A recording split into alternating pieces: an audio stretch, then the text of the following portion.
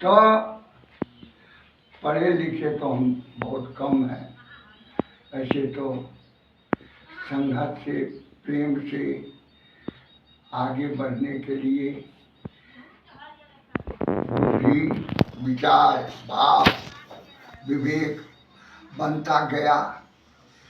हम भी यानी हम तो पढ़े लिखे नहीं थे, हम कुछ जान सकें, लेकिन सब ऊपर वाले और आप लोगों की कृपा से ही ऐसा हुआ और आगे मुँह बढ़ा और कुछ मुझे भी जानकारी हो गई। और ऐसे तो मैं कुछ जानता नहीं हूँ, बताने वाला वही है। आत्मा ही परमात्मा के रूप है और संगत है। कुछ ऐसे अच्छों को मिला कि हमको मालूम हुआ। अगर दूर का साथ कहीं मिल गया होता तो गड्ढा में ले जाके झोंक देता, हम कुछ नहीं जान पाते। अच्छा, इसीलिए कहता कहे गए हैं लोग कि कहते हैं कि संगत करो बड़े की बनत बनत बन जा, संगत करो नीचे की बिगड़ जा।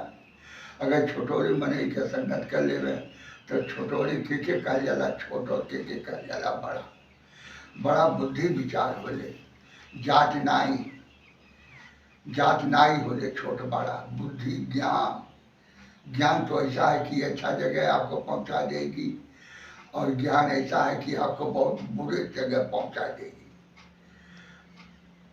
इसलिए अच्छे का साथ करना चाहिए। अच्छा थोड़े दिन में मालूम हो जाता है अच्छा है कि बुरा है, हमको कहाँ ले जाता है, हमारे साथ ही कैसा क्या करता है, व्यवहार करता है।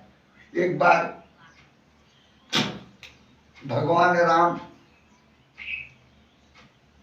जब गए तारुका के पास तो तारुका को भगवान राम ने मार दिए। तारुका गिर गई। तारुका ने कहा तुम कौन? मुझे मारने वाला कोई पैदा नहीं लिया था, तुम कौन कि मुझे मार दिया? भगवान कहे हम अयोध्यावासी राजा दशरथ के लड़के राम हमारा नाम है। जब इतना तारुका ने सुना, राम को जोर से फटकारा और तारुका ने कहा अरे अयोध्यावासी वही राजा दशरथ चक्रवर्ती राजा एक बार आया था, यही जंगल में प्यासा हुआ था, पानी बिना मर रहा था। मैंने पानी ले आके पिलाया तेरे बाप को और कहा कुछ मांग लो। कहा कुछ मांग लो तो मैंने मांगा कि 14 साल के लिए पूरी अयोध्या का राज मुझे दे दो। तेरा बाप दिया भी नहीं और तुम उसी का लड़का मुझे मार दिया। भगवान राम इतना सुन करके आंखों में आंसू भर गया और भगवान राम ने कहे कि इतना सुंदर व्यवहार और भाव प्रेम हमारे पिता के साथ इसने दिखाया दिया, उसके साथ मैंने कितना बड़ा बुरा काम किया। भगवान राम ने सोच करके कहे कहो तो तुम्हें मैं जिंदा कर दूं। कहा नहीं, तुम जब जिलाने वाले हो मारने वाले हो तो मैं जान गई। जिला के क्या करोगे, फिर मारोगे, लेकिन तो मरना ही पड़ेगा, इसलिए मुझे जाने। तो ही भगवान राम ने वही तुरंत उसको विश्वकर्मा को बुलवा करके दोनों जंघा कटवा करके उसका दोनों जंघा कटवा करके और उसी का चरण पादुका बना। वही चरण पादुका भगवान झोली में रखे।